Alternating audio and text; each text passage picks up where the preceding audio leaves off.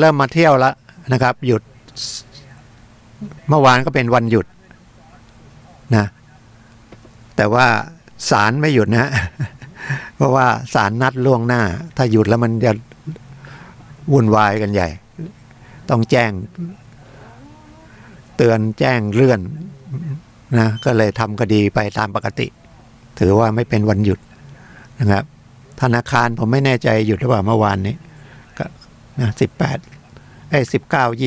20แล้วเดือนหน้าก็10 11มั้งที่เป็นวันหยุดพิเศษปฏิทินปีหนึ่ง365 วันนี่ไปทำงานเนี่ยประมาณ200 วันหยุด100 วันนะคนทำงานกินเงินเดือนก็ดีไปอย่างนะครับโดยเฉพาะที่เป็นข้าราชการเป็นรัฐวิสาหกิจหรือเป็นบริษัทห้างร้านที่มันมั่นคงนะครับก็กินกำไรอย่างเดียวบริษัทขายรถยนต์ที่ว่ามันขายไม่ดีนะยังจ่ายโบนัสพนักงานเลยนะครับ2-3 เดือน4-5 เดือน5-6 เดือนก็ยังมีถ้าตอนที่มัน ขายดีๆนี่ก็ว่าเป็น12 เดือนนะเป็น8-9 เดือนเลยนะแล้วรถรุ่นใหม่ๆก็จะออกมาเรื่อยๆเพราะว่ากิจการพวกนี้ยังไงก็นะครับต้องถือว่าคนจำเป็นใช้แต่ซื้อรถเดี๋ยวนี้ก็บางอย่างไม่ได้โฆษณานะ เดี๋ยวจะว่าโฆษณาเป็นโตโยต้าแต่ซื้อที่กรุงเทพนะบริษัทก็มีโชว์รูมตั้ง20 กว่าที่เขาเป็นผมดูมวยนะดูทีวีรายการชกมวยเป็นสปอนเซอร์ประกันเดี๋ยวนี้8 ปีประกันรถยนต์นะไอผ่อนไม่ต้องว่ากันนะผ่อนดาวก็ไม่ต้องมี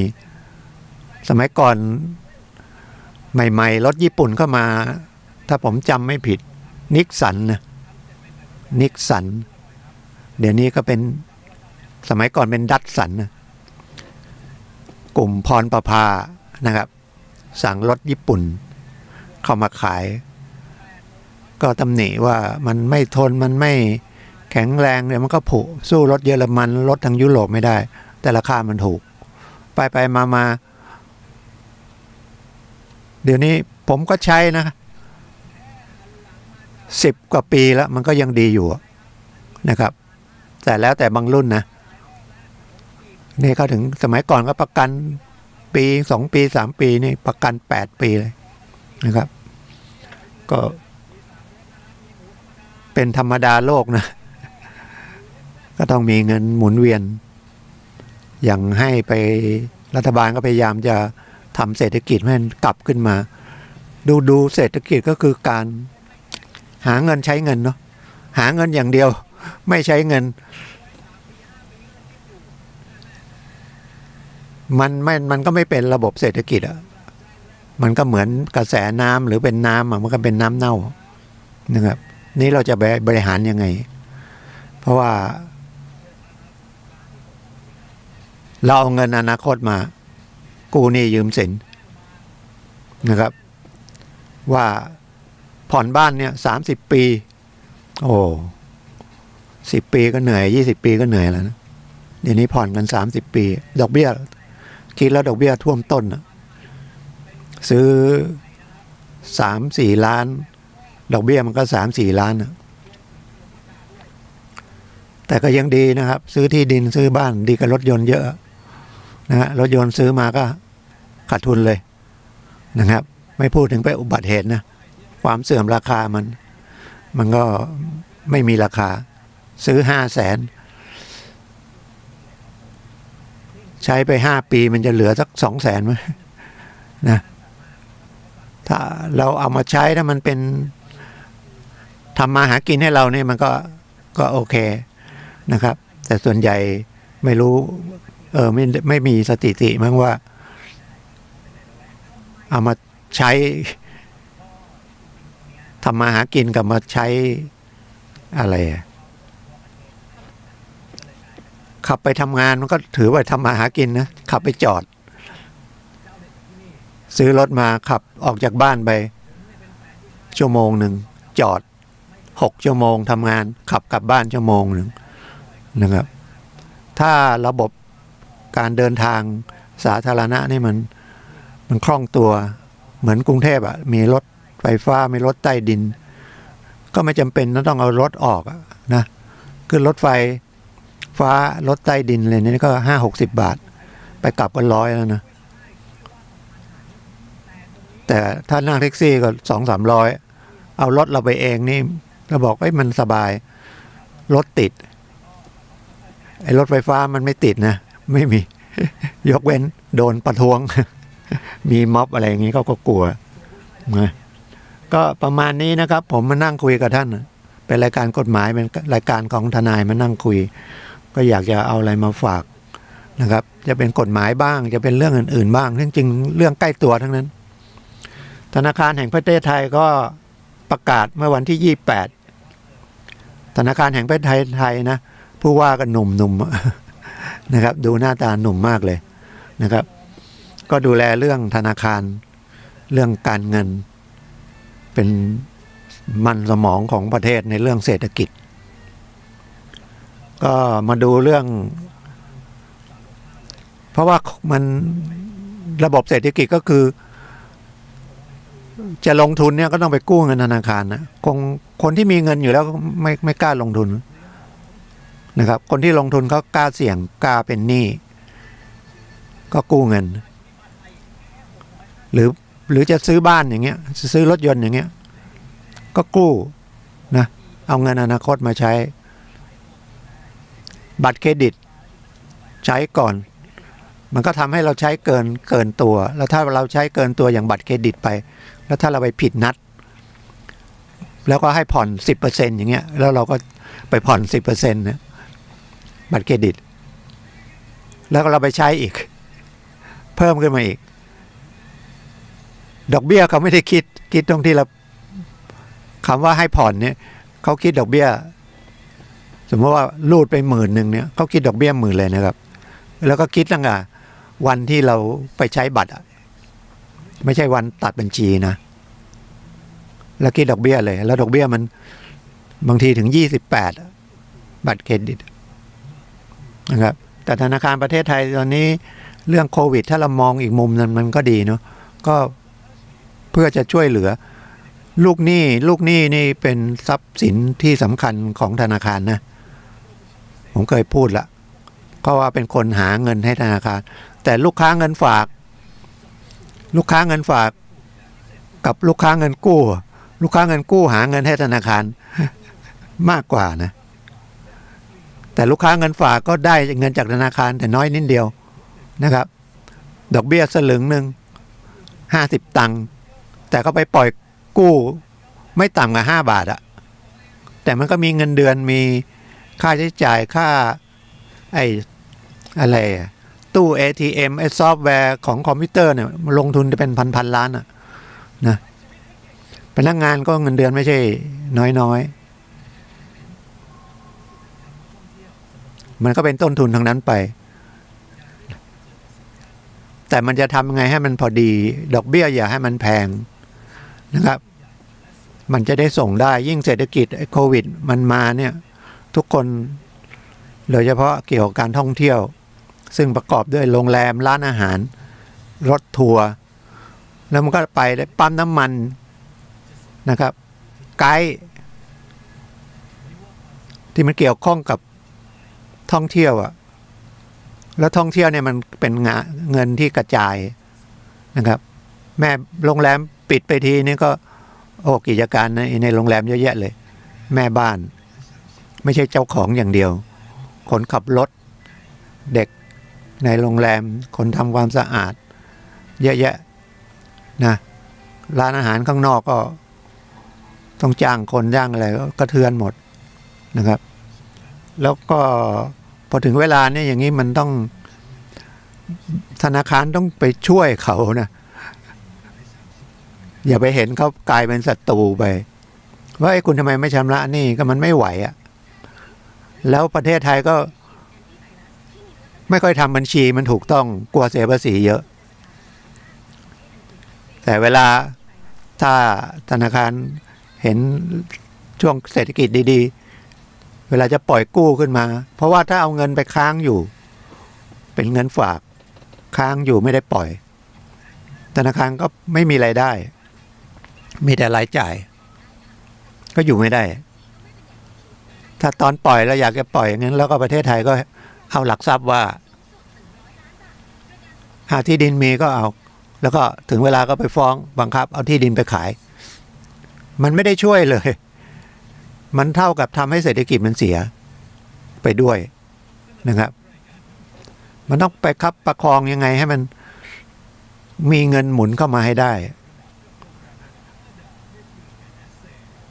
อย่างแล้วกู้บางอย่างเนี่ยมันไม่ใช่ธุรกิจไงกู้ซื้อบ้านนะซื้อคอนโดอันนี้เพื่ออยู่อาศัยแต่ถ้าเขาไปธุรกิจไปทำก่อสร้างทำบ้านขายทำคอนโดขายนั่นก็อีกเรื่องหนึ่งแต่ถ้าดอกเบี้ยแพงบ้านก็แพงก็ขายยากอีกก่อนนี้ไม่มีโควิดก็คอนโดนี่ก็คนจีนมาซื้อเพราะว่ากฎหมายอนุญาตให้ต่างชาติซื้อได้ 50% อย่างเงี้ยแต่ที่ดินนี่ไม่ได้นะครับที่ดินทุกประเทศต่างคนต่างสัญชาติเนี่ยเป็นเจ้าของที่ดินไม่ได้อย่างดีก็ให้เช่า100 ปี99 ปี90 ปีอะไรก็ว่ากันไปนะครับก็เลยออกระเบียบมาเพราะว่าก่อนนี้ถ้าผิดนัดสมมติว่ามันมี10 งวดส่ง10 งวดสมมติส่ง10 งวดเอาง่ายๆได้คิดง่ายนะครับเศรษฐกิจดีๆมันก็ส่งได้ส่งไป 3-4 งวดพอดีเจอโควิดเหลืออีก7 งวดเอาว่างวดละ10,000แล้วกันเนาะได้คิดง่ายๆค้าง70,000ส่งไม่ได้ละเขาคิดดอกเบี้ยเพิ่มขึ้นมาจาก70,000เลยนะครับซึ่งจริงๆเราส่งแค่เดือนละสมมติว่า 5,000 บาทนะครับ 5,000 บาท20 เดือนก็เดือนละ1,000ก็ได้ถ้ามันกู้10,000อย่างเงี้ยนะครับกู้10,000 10 เดือนส่งเดือนละ1,000บวกดอกเบี้ยอาจจะ6 บาท7 บาทอะไรก็แล้วแต่ก็ส่งได้1,000กับ100 หรือเท่าไหร่ดอกเบี้ย100พอผิดนัดเพราะไอ้ที่เหลือ 7,000 หรือ 70,000สมมุติเอาอย่างนั้นเขาคิดดอกเบี้ยเพิ่มขึ้นเลยมันก็ยิ่งไม่ไหวใหญ่พอเราไปส่งปุ๊บดอกเบี้ยมันมากกว่าต้นละธนาคารประเทศไทยเลยบอกว่าจะคิดดอกเบี้ยเพิ่มคิดเฉพาะดอกเบี้ยงวดที่ผิดนัดอย่างเดียวไอ้งวดที่ยังไม่ได้ผิดนัดไม่ให้คิดดอกเบี้ยมันจะต่างกันเยอะเลยนะครับโดยเฉพาะถ้ามันเงินยาวๆก้อนใหญ่ๆอย่างเงินบ้านอย่างเงี้ยนะครับซื้อบ้านสัก3 ล้านส่งมา1 ล้านแล้วช่วงดีๆส่งมาพอติดโควิดส่งไม่ได้นะสมมติว่าส่งเดือนละ 20,000อย่างเงี้ยส่งไม่ได้ผิดนัดงวดที่11งวดที่12งวดที่อะไรก็แล้วแต่เหลืออีก2 ล้านนั่นห้ามก่อนนี้คิดดอกเบี้ยปรับตั้งแต่ไอยอด2 ล้านที่เหลือด้วยมันก็โอ้โหคิดออกมาไปส่งเงิน10,000ก็ไม่พอส่งดอกเบี้ยแล้วรัฐบาลเลยโดยธนาคารไม่ได้ไทยเลยประกาศมาเมื่อวันที่28 ตุลาคมแต่มันมีผล1 เมษายน 64นะครับก็ต้องไปปรับโปรแกรมคอมพิวเตอร์ของธนาคารว่าให้คิดเฉพาะยอดที่ผิดนัดไอ้ส่วนที่ยังไม่ผิดนัดก็คิดดอกเบี้ยปกติคือเคย5 บาทไม่ต้องไปปรับเป็น7 บาทหรือ8 บาทอะไรแล้วแต่2ดอกเบี้ยปรับสมัยก่อนปรับเยอะนะครับเดี๋ยวนี้เขาก็บอกว่าไม่ควรจะปรับเกิน3 บาทเคยกู้5 บาทปรับเป็น8 บาทเนี่ยโหเยอะนะ เราจะไปบอกแค่3 บาทอ่ะมันเกือบเท่าไหร่อ่ะ60%นะจาก5 บาทเป็น8 บาทเนี่ยแล้วเงินล้านเนี่ยมันต่างกันเท่าไหร่นะครับมันต่างกันเท่าไหร่มันก็ยิ่งไม่ไหวใหญ่ไม่ไหวก็หยุดเพราะส่งไปก็ไม่ได้ประโยชน์อะไรหยุดหมดอย่างที่ผมเคยบอกว่ามันส่งไปแล้วไม่ได้ประโยชน์ให้หยุดไปเลยเดี๋ยวค่อยไปว่ากันฟ้องร้องก็ไปว่ากันนะครับเอาประกาศเนี่ยไปนะครับให้ศาลเห็นว่าถ้าอย่างนั้นมันยิ่งไม่ไหวแล้วธนาคารเอาบ้านไปก็ต้องเอาไปขายเพราะธนาคารต้องการเงินอย่างเดียวค้าเงินอย่างเดียวนะครับไม่ได้ค้าบ้านนะถ้าจะค้าบ้านก็ต้องบริษัทอื่นมากู้ไปค้าบ้านคุณทำกำไรหาเงินมาเอาเงินไปลงทุนธนาคารไม่ทำอะไรนะครับถ้าจะทำอะไรก็ต้องตั้งบริษัทอีกต่างหากออกมาเหมือนธนาคารจะทำเรื่องผ่อนรถยนต์นะครับ leasing ก็ตั้งบริษัทขึ้นมานะครับไปทำ leasing การเช่าซื้อแต่เช่าซื้อไม่ได้อยู่ในเกณฑ์นี้นะเพราะว่าเช่าซื้อนี่มันบวกต้นบวกดอกเบี้ยเข้าไปแล้วนะครับยกเว้นมันผิดนัดอะไรเดี๋ยวมันเหลือเป็นเงินก้อนฟ้องร้องกันก็ว่ากัน3ส่งไปปกติไปส่งถ้าส่งไปก็จะไปชำระดอกค้างอะไรเพราะค้างเขาจะให้ตัดดอกเบี้ยเฉพาะปัจจุบันก่อนไอ้ที่มันค้างเก่าเอาไว้ท้ายๆนะครับไม่ใช่ส่งไปก็เงินค้างตัดหมดมันก็ไม่ได้ตัดต้นปัจจุบันสักทีนะครับมีดอกเบี้ยค้างนะครับส่งไปก็ชำระดอกเบี้ยไปหมดอย่างเงี้ยนะครับมันก็ควรจะตัดยอดปัจจุบันไปก่อนแล้วดอกเบี้ยอะไรก็ไปที่เหลือก็ยืดไปแต่ไม่ใช่มาคิดดอกทบต้นนะมันจะได้ไปด้วยกันได้นะถ้าไม่ไปด้วยกันได้เนี่ยล้มไปก็หมายทั้งประเทศล้มธนาคารก็ล้มด้วยมันมีนะครับสมัยก่อนแต่เป็นทัดก็คือไม่ใช่ธนาคารสถาบันการเงินนะครับล้มระเนระนาดพอล้มไปก็ธนาคารก็ต้องเข้าไปช่วยเหลืออย่างธนาคารกรุงไทยก็ตั้งมาเพื่อช่วยอย่างนั้นเหมือนกันเดี๋ยวนี้ก็กลับไปเป็นไม่ใช่รัฐวิสาหกิจละเป็นธนาคารของรัฐเหมือนออมสิน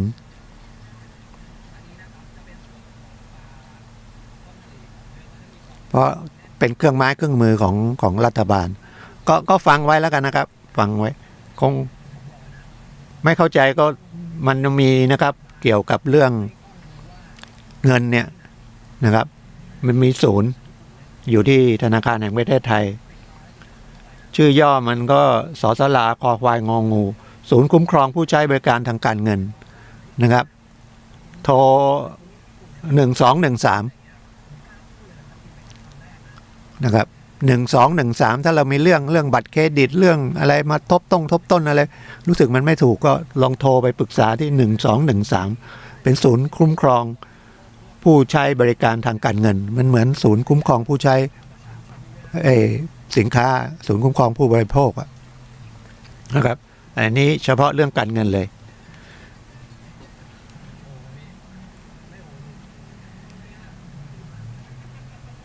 อีกอันนึงมันก็เกี่ยวกับธนาคารอย่างที่ผมบอกมันยึดที่ยึดทางอะไรไปเป็นบ้านเนี่ยเขาก็พยายามจะขายนะช่วงนี้ใครมีเงินพอเหลือนะครับหรือว่ามีส่วนหนึ่งแล้วก็คือขายบ้านขายคอนโดขายที่ดินนะครับประมูลทางมือถือทางออนไลน์เนี่ยนะครับของกรุงไทยร่วมกับกรมธนารักษ์แต่ถ้ามันมีกรมธนารักษ์เข้ามาก็คือแสดงว่ามีที่ดินของกรมธนารักษ์บางส่วนนะครับที่ดินธนารักษ์มันก็ของธนารักษ์นะแต่มีการให้เช่าไงเหมือนกับที่เช่าที่วัดอย่างนั้นนะวัดมีที่ดินก็เช่าที่ดินวัดแต่ถ้าที่กรมธนารักษ์ก็คือที่ไม่มีใครเป็นเจ้าของเป็นของคล้ายๆของหลวงก็ออกมาให้เช่าแล้วมีการปลูกบ้านมีโครงการอะไรเงี้ยถ้าซื้อของกรมธนารักษ์มันจะได้ ราคาต่ำกว่าคำว่าต่ำกว่าคือถูกกว่าเพราะว่ามันไม่ได้ซื้อที่ดินมันเช่าที่ดินแต่ก็อยู่ได้นานนะอยู่ตลอดอะนะครับใครอยู่กรมธนารักษ์นะครับสัญญาเช่าก็ต่อเป็นมรดกไปได้ค่าเช่าถูกเหมือนเช่าที่วัดอะนะเข้าไปนะครับเข้าไปพิมพ์เซิร์ชเข้าไปใน Google ก็ได้ว่าประมูลทรัพย์สินธนาคารกรุงไทยหรือเข้าไปกรมธนารักษ์นะครับมันจะขึ้นมาให้เราถามว่าต้องการที่ดินประมาณเท่าไหร่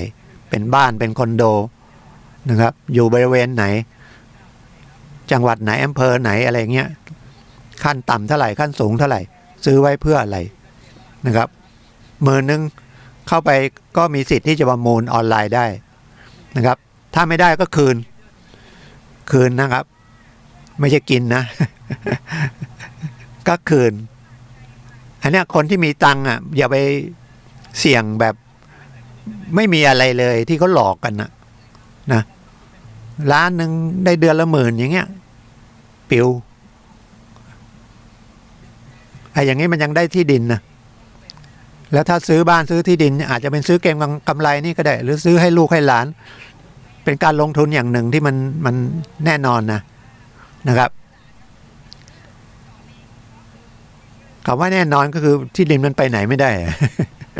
บ้านก็ไม่ต้องกลัวนะประกันคอนโดก็มันเป็นไปไหนอ่ะแต่คอนโดมันมีรายเดือนนะครับหรือถ้าเป็นหมู่บ้านจัดสรรมันก็มีรายเดือนค่าส่วนกลางอย่างนั้นนะครับดูแลแล้วที่ดินมันขึ้นคอนโดมันก็ขึ้นโดยปกติมันไม่มีลงแต่มันจะขึ้นเร็วขึ้นช้าอันนั้นอีกเรื่องหนึ่งนะครับบางทีขึ้นเป็นปีละเท่าก็มีนะครับปีละเท่าก็คือ 100%ซื้อล้านหนึ่งเอาครึ่งเท่าซื้อล้านไป2 ปีเป็น1.5 ล้านอย่างเงี้ยขึ้นไปเท่าไหร่ขึ้น 25% อะไรเงี้ยนะครับก็ลองดูนะครับเข้าไปเดี๋ยวนี้เข้าไปในมือถือมันทำอะไรได้หมดเป็นธนาคารแต่ระวังนะครับมันจะโดนหลอกนะครับเมื่อกี้ก็มีเตือนมาแล้วว่ามีเบอร์โทรศัพท์บางเบอร์เนี่ยไม่ใช่นะครับเขาจะหลอกเอาเลขบัญชีเราเอาบัตรประชาชนเราไปแล้วเขาจะดูดเงินเราจะเอาไป2เดี๋ยวนี้ในเอา Facebook ก็แล้วกันมันจะมีบริจาคเยอะดูดีๆนะครับมันจะเป็นการจริงเท็จไม่รู้เอาอย่างนี้ดีกว่านะครับแต่ถ้ามันมีเป็นจำกัดเวลาอย่างแค่3 เดือน6 เดือนจบอย่างนี้น่าจะโอเคแต่ดูด้วยนะครับนะดูด้วยเนี่ยมันทำลายกันเองอย่างซื้อของออนไลน์เหมือนกันนะครับทำให้คนหลาบสั่งซื้อไปได้มาของไม่ดีตามโฆษณาเสียเลยที่จริงถ้ามันอย่างนี้ต้องไปร้องสคบหรือไม่นั้นก็ไปร้องไปแจ้งตำรวจขายของไม่ตามโฆษณาเนี่ยมันถือว่าหลอกลวงฉ้อโกงนะครับแจ้งความตำรวจแล้วก็มีที่ปราบปรามอาชญากรรมทางเทคโนโลยีปอทนะไปร้องนะไปที่โรงพักเอาไอ้ในมือถือเราไปเนี่ยไอ้โฆษณาเนี่ยนะครับไปทำลายกันเองนะครับหรือเดี๋ยวนี้ก็มีขายประกันชีวิตประกันสุขภาพเนี่ยเขาไม่ให้ไปติดต่อคนเลยนะให้สมัครเอาทาง นั่นเลยไม่ต้องตรวจสุขภาพโอนเงินก็ดูบริษัทใหญ่ๆที่ก็ทำถ้าเป็นบริษัทประกันภัยอย่างนั้นถ้าไม่แน่ใจก็เช็คไปที่คปภ.นะครับหน่วยงานที่ดูแลกิจการประกันภัยนะเข้าไปถามว่าแต่เป็นบริษัทที่มีชื่อมีเสียงอยู่ก็ซื้อได้นะก็ตัดรายได้ไปเลยนะไปซื้อที่บริษัทเขาก็ไม่ขายนะเขาก็จะตัดค่าใช้จ่ายไปหมดเราทำเองหมดป้อนเลขบัตรประจำตัวป้อนอะไรโอนเงินไปนะครับมันก็จะมีเงื่อนไขไม่ตรวจสุขภาพแต่มันมีเงื่อนไขนะอาจจะ6 เดือนไม่เป็นอะไร10 ปีหนึ่งไม่เป็นอะไรไม่ตายด้วยโรคร้ายอะไรพวกนี้นะครับแล้วก็เบี้ยพวกนี้ก็จะถูกนะครับนะก็แล้วแต่เงิน อาจจะประกัน100,000 200,000 300,000 500,000 ล้านหนึ่งก็ตามนั้นแล้วก็อายุมากอายุน้อยเดี๋ยวนี้ถึง75ก็ยังมีนะครับก่อนนี้60ไม่เอาละนะครับเดี๋ยวนี้60มา70มีบริษัทขึ้นมา75ปีแล้วนะก็ทำไว้ให้ลูกส่งก็เหมือนเขาเป็นมรดกให้ลูกก็ออมเงินเองแบบเนี้ยแน่นอนกว่าเสียเดือนละ200-300ไม่นั้นมันก็ไม่ได้อะไรผ่านไป5 ปี10 ปีไม่ได้อะไรมันมีเรื่องจริงก็คือสมัยก่อนขายเสียตังค์ไม่เท่าไหร่อ่ะถ้า10 ปีตาย10 ปีก็ได้คืนประมาณ100,000แต่ถ้าตายก่อน10 ปีได้500,000มีทนายท่านหนึ่งประกันไว้นะประกันชีวิตเกือบ10 ปีแล้วนะครับเสียชีวิตครอบครัวเลยได้500,000 บาทซึ่งแต่ละปีนี่ส่งไม่กี่ร้อยบาทนะครับเพราะประกันชีวิตมันเงื่อนไขก็คือเอาชีวิตว่ากันนะแล้วตายด้วยอะไรก็แล้วแต่ขอให้ตายนะครับเพราะประกันชีวิตอย่างเดียวไม่ใช่มีเรื่องสุขภาพเรื่องโรงพยาบาลถ้ามีเรื่องสุขภาพมีเรื่องโรงพยาบาลก็ถูกแพงแล้วแต่นะครับเพราะว่ามันเสี่ยงเยอะนะครับแล้วส่วนใหญ่เขาก็ต้องให้ประกันชีวิตก่อนแล้วถึงจะมาประกันสุขภาพด้วยเป็นคล้ายๆซื้อเสริมเช็คดูนะครับการประกันชีวิตเนี่ยนะครับมันก็เป็นการลงทุนที่แน่นอนส่วนหนึ่งนะครับแล้วก็อย่าไปมองว่ามันได้น้อยนะครับดีก็ไม่ได้ทำอะไรเลยนะครับเงิน100-200ที่เรา300-400ที่เราให้ไปมันก็โดนบังคับเราก็เท่าเราเก็บปีหนึ่งเอาไปเสียนะครับเบี้ยประกันภัยเสียค่ากรมธรรม์ประกันภัยอะไรพวกนี้มันเป็นอะไรขึ้นมามันก็ลูกหลานมันก็ได้ก็ต้องคุยกับลูกหลานตัวเองก็เท่ากับช่วยเขาออมนะครับถ้าไม่ทำอะไรเลยมันก็ไม่ได้มีแต่ใช้มีแต่เป็นหนี้นะครับ2-3 วันก่อนมีคนขับรถไปแล้วก็จอดที่บ้านพอดีลงมาเอายามาขายคุยไปคุยมาให้ชิมใส่แก้วเป๊กกินแล้วเขาว่าเป็นน้ำชีวภาพกินแล้วรักษาโรคเลยดีพอกินเสร็จก็เอาแก้วที่เราดื่มก็ดื่มนะ4-5 คนผมด้วยมันเหมือนกับน้ำผลไม้อะดื่มเสร็จก็แก้วนั้นอ่ะเอาน้ำเปล่าเติมแล้วเอายาล้างแผลยาไอโอดีนอ่ะหยดไปพอหยดไปวางไปปุ๊บมันจางเลยเขาบอกนี่ไงของเขามีคุณภาพเนี่ยถ้ากินเข้าไปในร่างกายมันก็อย่างเงี้ยมันทำลายสารพิษหมดเลยผมดูแล้วมันไม่ใช่นะไม่ใช่นึกจะไปถามใครดีว่าไอโอดีนเนี่ยมันโดนส้มเนี่ยมันก็จะจางมันเป็นเคมีอ่ะหลักเคมีผมก็เลยนึกขึ้นได้ที่บ้านเราก็มีเนี่ยไอยาไอโอดีนใส่แผลผมก็เอาน้ำใส่เอากดเอาไอ้นี่หยดลงไปตั้งไว้เฉยๆมันก็จางยิ่งถ้ามันมีน้ำส้มหรือมีอะไรพวกนี้มันก็จางเร็วอ่ะผมก็เลยถือออกมาบอกเนี่ยตอนแรกคนก็จะซื้อกันใหญ่นะขวด1,000ตอนนี้มาลดเหลือ300โฆษณาใหญ่ไม่ทำลายตัวเองอ่ะแล้วก็เสี่ยงนะครับถูกจับข้อหาช่อโกงแล้วถ้ามันหลายๆคนอย่างเงี้ยเป็นช่อโกงประชาชนด้วยโฆษณาด้วยจะติดคุกไม่คุ้มผมเลยบอกเขาไปเถอะนะครับนี่ไม่ใช่คุณบ้านคุณลองดูก็ได้เอาไอโอดีนหยดลงไปในน้ำอ่ะนะแล้วบีบส้มลงบีบมะนาวลงไปนิดนึงมันก็จางเนี่ยหลอกกันอย่างเงี้ยเป็นผู้หญิงนะครับระวัง เข้าไปตามร้านอาหารไปเห็นคนเยอะๆหมู่คนก็เข้าไปโฆษณาทำไมไม่ทำของดีๆทำให้มันถูกต้องนะครับผมยังถ่ายรูปรถไว้นะมีทะเบียนรถมีแล้วยังเอาโบชัวทิ้งไว้อีกมีเบอร์โทรศัพท์มีชื่ออีกเอาไม่ว่ากันตรงเนี้ยนะถ้าใครมีปัญหาก็ลองดูว่ามันไม่ใช่นะครับมันไม่ใช่ทำไมขี้โลภเกินนะครับทำไม่ถูกแล้วอีกอันหนึ่งก็พวกขายวัสดุการเกษตรมาอาศัยเสียงตามสายที่บ้านหมายถึงในหมู่บ้านนะขายยาฆ่าปลวกยกลังฆ่ามดยกลังเนี่ยผมว่ามันผิดกฎหมายนะมันทำให้นิเวศเสียแล้วก็คนที่ดูแลเรื่องหอกระจายข่าวเนี่ยนะครับก็น่าจะ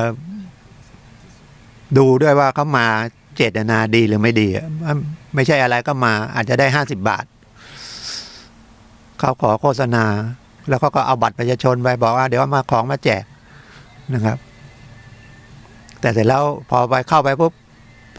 เขาก็พูดช่วยซื้อหน่อยอะไรหน่อยก็ซื้อตกเป็นเครื่องมือเขาเนี่ยอย่าไว้ใจนะครับดูด้วยนะครับมันมาชอบมาพากลไหมไม่ถูกเป็นเมืองนอกเขาอย่างนี้เขาจะเรียกตำรวจจับเลยก็จะโทรไปแล้วตำรวจก็มาเลยแต่ประเทศไทยมันอย่างเงี้ยแม้แต่ผมยังอยากจะโทรไปหาตำรวจผมว่าไม่อยากสร้างเวรมั้งเนี่ยคนไทยจะเป็นอย่างนั้นนะคนที่ทำผิดมันก็เลยย่ามนะครับย่ามใจทำไปเถอะไม่มีใครหรือบางทีเราถ้าเกิดเป็นคนอย่างนั้นเราโทรไปชาวบ้านจังที่หน้าเราอีก ก็แปลกนะหรือว่าผมคิดไปเองก็ไม่รู้นะครับคิดไปเองหรือเปล่าความจริงถ้ามันช่วยกันสอดส่องดูแลแล้วก็ระมัดระวังซะหน่อยนะครับมันก็เราก็ปลอดภัยนะครับปลอดภัยแล้วยังหรือไม่นั้นก็อย่างผมมาบอกอย่างเงี้ยมันก็น่าจะเป็นประโยชน์นะครับระมัดระวังก็คนเรา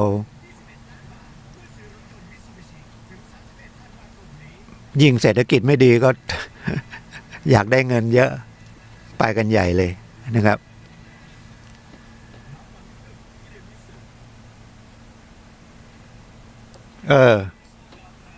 ถนน3029นะทางหลวงชนบทน่าจะเป็นแต่ผมดูแผนที่แล้วมันเป็นเส้นที่ไปสารกลางเส้นวงแหวน2จะขยายอีกแล้วเวรคืนแถวหนองปากข้างแถว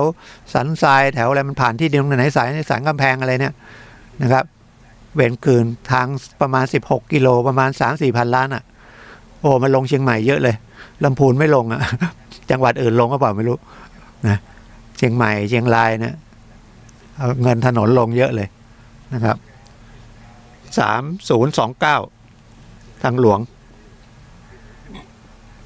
ลองเช็คใน Google ดูแล้วกันนะขยายถนนจากตอนนี้มันเป็นข้างละ2แล้วไม่ใช่นะจะขยายอีกข้างละเลนนะฮะเป็นจาก4 เลนเป็น6 เลนนะครับก็ทำให้ที่ดินแถวนั้นนะครับราคาขึ้นมาอีกนะเพราะว่าเราอยู่ด้วยที่ดินมีเงินไม่มีเงินก็อยู่ได้ถนนนะครับเพราะว่ามีถนนมันก็เจริญตามถนนไปนะแล้วก็20 เดือนหน้าก็เลือกอบจ.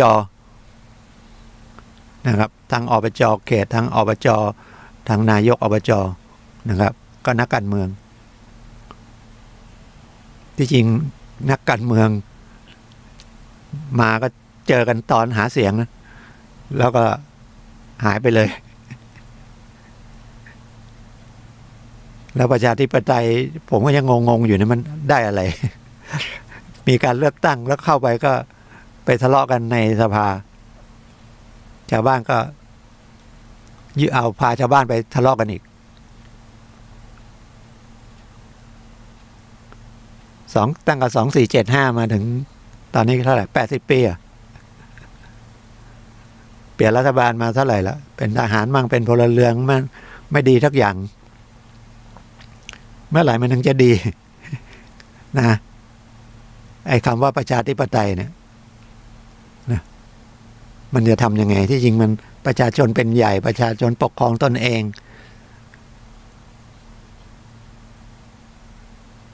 ทุกสุขเอายังไงนะ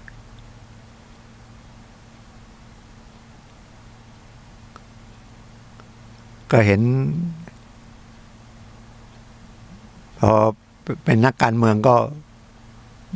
เป็นผู้มีอำนาจไปเลยนะมีอิทธิพลนะแล้วใครๆก็อยากเป็นคนใกล้ชิดของนักการเมืองเป็นอาชีพหรือยังไงเป็นอาชีพเหมือนกันนะมีเงินเดือนแต่จริงๆมันก็ต้องเพื่อประชาชนประชาธิปไตยบอกประชาชนเป็นใหญ่อะนะประชาชนมันจะทำไงให้เศรษฐกิจดี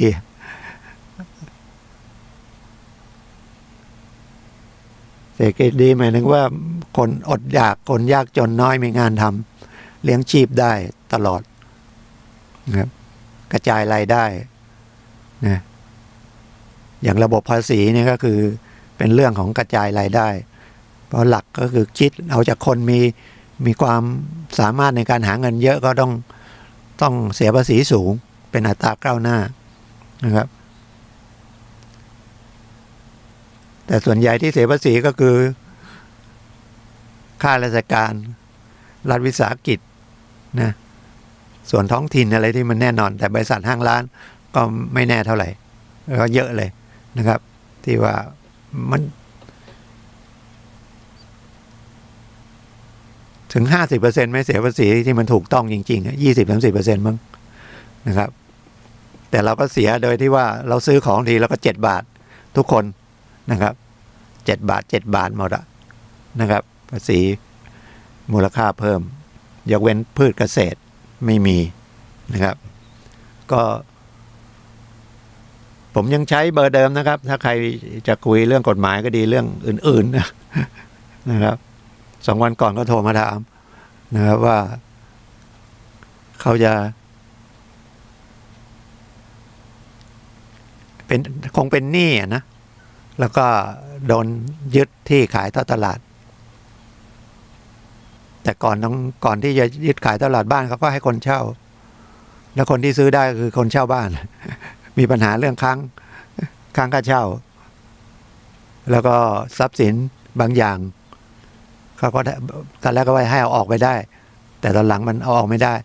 ทรัพย์สินที่มันอยู่ในบ้านมันมี2 ส่วนนะถ้ามันติดกับตัวบ้านอย่างเงี้ยแอร์อย่างเงี้ยถ้าไม่ตกลงไว้ไม่งัดไม่ได้นะเดี๋ยวเป็นเรื่องนะครับแต่นี่ก็พูดว่าไอ้ปั๊มน้ำอย่างเงี้ยมันติดกับพื้นดินไหมมันต้องน่าจะคุยกันนะครับถ้าไม่คุยกันเนี่ยนะก็ต้องทำใจอะถ้าของติดกับบ้านนะแต่ถ้ามันเป็นเครื่องเรือนเครื่องอะไร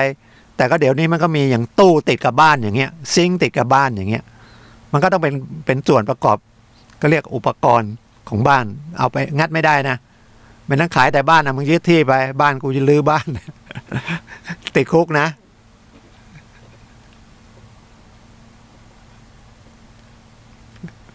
ไม่ใช่บานประตูไม้สักอย่างดีเลยฉันก็เปลี่ยนจากบานไม้สักมาเป็นบานไม้อัดไม่ได้นะเจ้าของบ้านเสียหายเป็นเรื่องคดีอาญาเลยนะครับคดีอาญาก็คือมีโอกาสติดคุกแล้วก็เขาก็ถามเรื่องทะเบียนบ้านอีกอันที่จริงทะเบียนบ้านวันนั้นผมก็ตอบไปบอกมันจริงๆมันไม่เป็นไรหรอกนะครับเขาจะย้ายเข้ามาอยู่ที่จริงให้เขาย้ายมาเลยแล้วก็ไปทำด้วยกันเลยไปที่ดินด้วยกันไปที่อำเภอย้ายเข้ามาแล้วก็ให้เขาเปลี่ยนฐานะเป็นเจ้าของบ้านเลยนะครับแล้วเราก็ย้ายออกออนไลน์วันนั้นเลยไปเข้าบ้านไหนก่อนก็ได้นะครับไปขอพักไว้ที่บ้านไหนนะครับบ้านพี่บ้านน้องก่อนก็ได้นะครับหรือย้ายออกไปยังไม่เข้าเราจะไปเข้าอีกบ้านหนึ่งก็ได้นะครับเดี๋ยวนี้สะดวกนะครับขอให้เจ้าของบ้านเขายอมให้เราเข้าก็เข้าไปผู้อาศัยก็คุยให้เข้าใจ เพราะบางทีเราก็ไปห่วงคนในทะเบียนบ้าน โดยเฉพาะคำว่าเจ้าบ้านในทะเบียนบ้านนี่มันไม่ใช่เจ้าของบ้านนะไม่ใช่คนที่เป็นเจ้าของบ้านคือเจ้าของที่ดินนะครับคุณไปโอนที่ดินเนี่ยนะครับระบุสิ่งปลูกสร้างระบุบ้านเลขที่เข้าไปคุณก็เป็นเลยนะครับแต่มันยังมีปัญหาก็คืออย่างหม้อไฟเงี้ยมิเตอร์น้ำมิเตอร์ไฟเนี่ยมันเป็นชื่อของคนเดิมนะถ้าเราจะทำให้มันถูกต้องเราก็ต้องไปโอนกันแต่เงินไอ้ค่ามิเตอร์ต้องคืนเจ้าของเก่านะต้องคุยให้ดีเดี๋ยวทะเลาะกันบางทีเงินมิเตอร์มันเดี๋ยวนี้มันก็ไม่ค่อยมีมันก็ไม่มีทะเลาะนะครับพอไฟฟ้าก็บอกไอ้มันยังมีเงินไอ้ที่ไม่ให้โอนเปลี่ยนชื่อเราเพราะว่าเจ้าของเดิมเขามีเงินอยู่นะครับค่ามิเตอร์น้ำมันเรียกไฟฟ้านะครับคือถ้าคนเราไม่มีใจปณีประนอมกันเนี่ยนะครับแบ่งปันกันบ้างเนี่ยแล้วเอากฎหมายว่ากันนะแทนที่ว่ากฎหมายเนี่ยช่วยให้มันคำว่ายุติธรรมก็คือยุติเรื่องหนักนิดเบาหน่อยเรื่องให้มันพอไปได้อยู่ด้วยกันได้ไม่ใช่เอาเป็นเอาตายตามกฎหมายนะครับบางทีมันก็ไม่ได้ดังใจแล้วก็เรื่องเล็กกลายเป็นเรื่องใหญ่นะครับก็ยังข่าวนะครับอยู่ข้างบ้านแล้วก็ทะเลาะเบาะแว้งกันอย่างเงี้ยแล้วก็สุนัขเห่าอย่างเงี้ยโมโหกลายเป็นยิงเจ้าของสุนัขเจ้าของบ้านข้างเคียงเสียชีวิตเลยผมว่าได้อะไรไม่อยากจะไปพูดว่าเป็นกรรมเก่าเคยฆ่ากันมาก็มาฆ่ากันแต่จริงมันไม่ใช่มันระงับความโทสะไม่ได้แล้วได้อะไรได้ติดคุกคนนั้นก็ตายมันไม่ควรจะเกิดอย่างนี้นะครับหรือฆ่าตัวตายอย่างเงี้ยไม่ได้อะไรขึ้นมาเลยนะครับฉะนั้นอยู่ด้วยกันตอนนี้เศรษฐกิจมันไม่ดีก็คือเรื่องเงินเป็นเรื่องใหญ่จริงๆมันไม่ใหญ่เราไปบอกมันใหญ่มันก็ใหญ่ก็เกิดมาไม่ได้มีอะไรเนี่ยเสื้อผ้าก็ไม่มีความรู้ก็ไม่มีมันมามีเสื้อผ้ามีความรู้ถ้าเราเรียนหนังสือมาหาเงินหาทองได้นะครับจิตใจมันสำคัญนะมากกว่าอยากได้เยอะแต่ไม่ขยันอย่างเงี้ยเป็นไปได้ไหม อยากได้เยอะๆแต่ไม่ขยันอยากเรียนหนังสือเก่งๆแต่ไม่ขยันนะเดี๋ยวก็โดนหลอกเห็นวันนั้นมีใครมาบอกว่าอยากได้เป็นใน10ไหม200,000 ถ้าอย่างนี้เสียเงินฟรีนะครับอย่างดีเขาก็เงินมาคืนแล้วก็ยอมความกันก็จบนะบางทีก็หายไปเลยถ้าอยากเป็นใน10เดี๋ยวนี้ไม่ก็สมัครเกณฑ์ทหารเลยสมัครแล้วก็อยู่ต่อแล้วก็ขอเรียนใน10เลยนะครับเดี๋ยวใน10เป็นใน100ก็มีผมเห็นบางคนจ่าอากาศเนี่ยเป็นนาวาเอกก็มีเป็นถึงในพลก็มีนะครับเพราะเขาปรับตัวด้วยการเรียนรู้นะด้วยการเรียนรู้หรือบางคนจบใน100นะก็ไม่แน่ก็ไม่ก้าวหน้าเท่าไหร่นะเพราะว่าความขยันหมั่นเพียรการสังเกตการที่จะหาความรู้ใส่ตัวก็ไม่มีน้อยหรือแม้ก็ไปประมาทกินเหล้ากินยาเล่นการพนันเที่ยวผู้หญิงติดผู้หญิงเรียบร้อยไปเลยเสียหายหมดนะครับอย่าไปซื้อตำแหน่งเลยโดนหลอกหมดนะครับโดนหลอกเข้าไปก็ไม่สบายใจแล้วคุ้มไหมบางทีซื้อกัน4-5 แสนนะเขาทำให้ลูกเราเหมือนกับคนว่ายน้ำไม่เป็นขับรถไม่เป็นขับรถไม่เก่งซื้อรถเก่งให้เอาไปตายก็มีนะครับซื้อมอเตอร์ไซค์ให้ไอ้เล็กๆก็ไม่เอาคันใหญ่ๆนะครับไปเสียชีวิตไปตายก็มีพิการเราก็ต้องเลี้ยงอีกเมื่อวาน2 วันนี้ ขึ้นดอยถนนนะครับ ขับรถขึ้นเขาลงเขาแล้วไม่ชำนาญทางนะครับ ลงมารู้สึกรถตู้หรือรถบัสอะไรเนี่ยนะครับ ก็เสียชีวิตทั้งหลายคนนะเป็นคนท่องเที่ยวเป็นอยู่ทางการศึกษาเป็นผอโรงเรียนหรือไงเนี่ยนะครับ อินทนนท์อย่าไปบอกว่าเราขับรถขึ้นเขาเหมือนกับชาวเขาเขาอยู่ชาวเขาขับเก่งนะครับขึ้นดอยขึ้นเขาแต่เขากลับมาในเมืองนี่ก็ห่างๆเขานะเขาไม่ถนัดทางเมืองนะไอเราถนัดทางเมือง เราไปขึ้นเขาเข้าโค้งเนี่ยนะครับ มันไม่แน่นะมันทางใครทางมันบางทีนะครับ ไม่ถนัด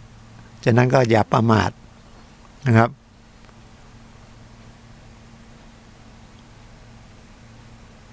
มีอีกอันหนึ่งเรื่องที่ดินเรายกที่ดินให้ลูก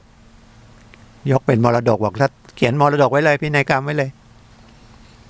ตายไปก็ให้ลูกได้รับที่ดินแต่ห้ามขายตลอดชีวิตลูกห้ามขายนะเพราะความเป็นห่วงห่วงกันยันตายนะจะตายแล้วก็ยังยกมรดกให้ลูกกลัวทรัพย์สินที่ว่าเคยเป็นของเรายกให้ลูกกลัวมันไปขายก็เขียนพินัยกรรมได้นะครับไปทำฝ่ายเมืองก็ได้เขียนเองก็ได้ว่าที่ดินโฉนดแปลงเนี้ยตายไปก็ตกให้แก่ลูกแต่ว่าลูกที่รับไปคนที่รับไปหรือมรดกนี่ให้ใครก็ได้นะไม่จำเป็นให้ลูกก็ได้ให้คนที่อยากจะให้รักใครชอบใครเขามีบุญคุณให้นิติบุคคลก็ได้ให้มูลนิธิก็ได้ให้โรงพยาบาลก็ได้ให้โรงเรียนก็ได้ให้วัดก็ได้ให้คนก็ได้แต่นี้ให้แล้วก็กลัวเขาเอาไปขายยังห่วง ก็ตายไปแล้วมันก็จบแล้วเนี่ยเนาะยังห่วงก็เขียนพินัยกรรมลูกก็ได้ที่ดินมาแม่ตายได้ที่ดินมาที่ดินเขาก็สลักหลังห้ามขายเป็นนิติกรรมที่ทำได้นะแล้วที่ดินเขาก็จดให้นะเพราะว่าจริงๆไอ้เรื่องหนึ่งเนี่ยมันเป็นเรื่องแม่กับลูกไม่เกี่ยวคนอื่นนะทีนี้มันเป็นปัญหากันแล้วก็เขียนว่าห้ามขายนะเขาก็เอาไปกู้เงินเอาใบที่ดินนั้นไปกู้เงินไปจำนองได้ไม่ได้ขายนี่จำนองเป็นประกันนี่ส่งไม่ได้เขาก็เจ้าหนี้มายึดเจ้าหนี้ไปเห็นห้ามขายอย่างเงี้ยยึดได้ไหมมีคนถามมาผมก็ยังไม่ได้เช็คนะแต่ในใจบอกว่าไม่ได้ตรวจข้อกฎหมายเยอะเขาถามกฎหมายมาตราไหนด้วยก็เลยนั่นเสร็จแล้วเขาไปค้นได้ประกาศที่ดินเขาก็ยกขายได้นะครับขายทอดตลาดได้เพราะคนที่ขายนี่เป็นเจ้าหนี้เพื่อจะเอาเงินใช้หนี้นะครับยกที่ดินให้ลูกระบุว่าเป็นตามพินัยกรรมมันก็ต้องมีเงื่อนไขนะครับหรือถ้าให้ปัจจุบันนี่ก็ห้ามไปขายก็ได้ให้ลูกเราห้ามซื้อขายให้จำนองก็สลักหลังคล้ายๆว่าบันทึกไว้ที่ดินก็ได้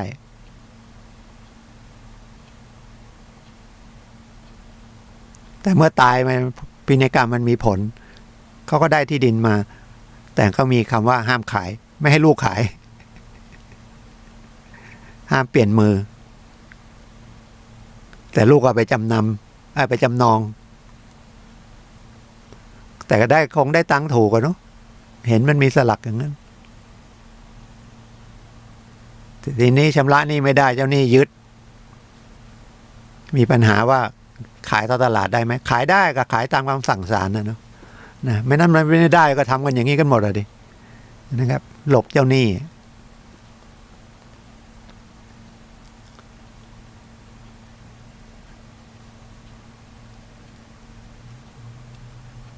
เหลืออีก5-6 นาทีนะเข้าเรื่องของสถาบันพลังจิตตานุภาพนิดหนึ่งแต่ก่อนเข้าตรงนั้นก็พอดีเห็นจดมาแวบๆ ช่วงนี้มันยังรับปริญญาของรัฐพายัพอยู่นะ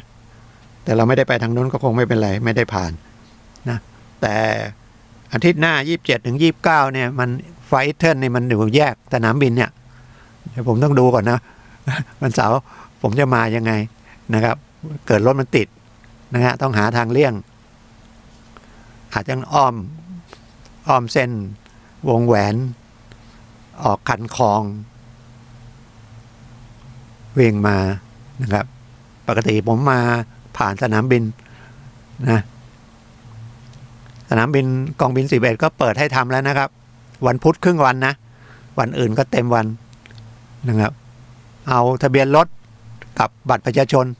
เจ้าของรถตังไป100กับ5 บาทนะครับรีบไปยื่นนะครับมันหมดวันที่30 ธันวาคมไปใกล้ๆเดี๋ยวก็คนติดกันคนเยอะปีงผ่านตรงนั้นหลายหมื่นคนมั้งนะครับจริงๆที่หลวงก็บอกไม่รู้นะที่ทหารเป็นที่หลวงไหมถ้าถือว่าเขาให้อำนวยความสะดวกมันก็ถ้าไม่ได้ผ่านมันก็เรื่องความปลอดภัยเรื่องอะไรใครเข้าใครออกไม่รู้อันนี้ก็หมายว่ามีปัญหาถ้าไม่มีขออนุญาตคือแสดงตนไว้ไม่ให้เข้านะครับจะได้รู้ว่าคนที่เข้ามาเนี่ยมีตัวตนอยู่ที่ไหนรถของใครเป็นเจ้าของมีเรื่องได้ติดตามตัวได้เป็นการแสดงตัวนะครับเผื่อไว้นะครับของสถาบันพลังจิตานุภาพก็รุ่นที่เรียนนี่ก็รุ่น47นะครับจะจบละนะครับแป๊บเดียวเปิดเรียนมาเมื่อสิงหากันยาตุลาพฤศจิกาธันวาจบละรุ่นหน้า48สมัครเรียนได้นะครับไม่มีค่าใช้จ่ายเรียนเสาร์อาทิตย์ก็ได้เรียนจันทร์ศุกร์ก็ได้นะครับที่ใกล้ๆก็สาขา24บ้านศรีสุกรีแม่เหี่ยนะครับหลังกาดวรุณนะครับมีทั้งจันทร์ศุกร์มีทั้งเสาร์อาทิตย์นะครับจันทร์ศุกร์ก็คือหมายว่าจันทร์อังคารพุธพฤหัสศุกร์ไปเรียนหัวข้อเดียวนะครับไปทุกวันประมาณ6 โมงเย็นถึง2 ทุ่มแต่ถ้าเสาร์อาทิตย์ก็ไปเฉพาะเสาร์อาทิตย์ประมาณ9 โมงถึง4 โมงเย็นเสาร์อาทิตย์แป๊บเดียวครับ96หัวข้อนะครับปฐมนิเทศรุ่น48ก็วันที่31 มกรานะครับปกติจะรับประมาณต้นกุมภานะปีหน้านี่รับ31ปฐมนิเทศละไม่ใช่รับนะรับได้เลยตอนนี้ไปสมัครได้เลยนะครับบ้านศรีสุกรีหรือมชนะครับคณะบริหารก็เรียน5 โมงเย็นนะครับจันทร์อังคารพุธพฤหัสศุกร์นะครับมีอีกหลายที่นะครับแม่ริมแม่แตงแม่ริมก็วัดป่าดาราพิรมแม่แตงก็วัดพระจันทร์เปลี่ยนนะครับเชียงรายมีนะครับแม่สายฝางแม่อายนะจอมทองก็วัดเทพลำพูนก็วัดพระยืนวัดป่ารัชดารามเดี๋ยวพรุ่งนี้ผมต้องไปวัดป่ารัชดารามนะครับมีโปรแกรมไปบรรยายนิดๆหน่อยๆเรื่องวิปัสสนาส่วนผสมของวิปัสสนานะครับลำพูนอุตรดิตถ์แพร่น่านมีทุกจังหวัดละนะครับแล้วเรียนหมายว่าถ้าคุณเรียนเชียงใหม่นะครับเกิดไปธุระกรุงเทพมีเวลาอยากไปเรียนนะครับไม่ให้มันขาดชั่วโมงเรียนก็ดูแถวกรุงเทพมีเยอะแยะเลยนะครับหรือไปอยุธยาก็มีนะครับก็เข้าไปเรียนได้หรือคนบางทีคนทางกรุงเทพทางอะไรมาเรียนนะครับมาเรียนที่เชียงใหม่ก็มีนะครับเหมือนเรียนมสทนะครับสอบก็บางทีย้ายสนามสอบก็ได้ไปเรียนก็ไปแจ้งเขาบอกว่าเราเรียนอยู่เชียงใหม่นะฮะมาประชุมกรุงเทพก็ไปเรียนที่สาขาใหญ่เลยก็ได้วัดธรรมมงคลก็ได้นะครับเข้าไปในเว็บไซต์ก็ได้นะครับ Will Power นะครับหรือสถาบันพลังจิตตานุภาพก็ได้หรือสมาธิ .com ก็ได้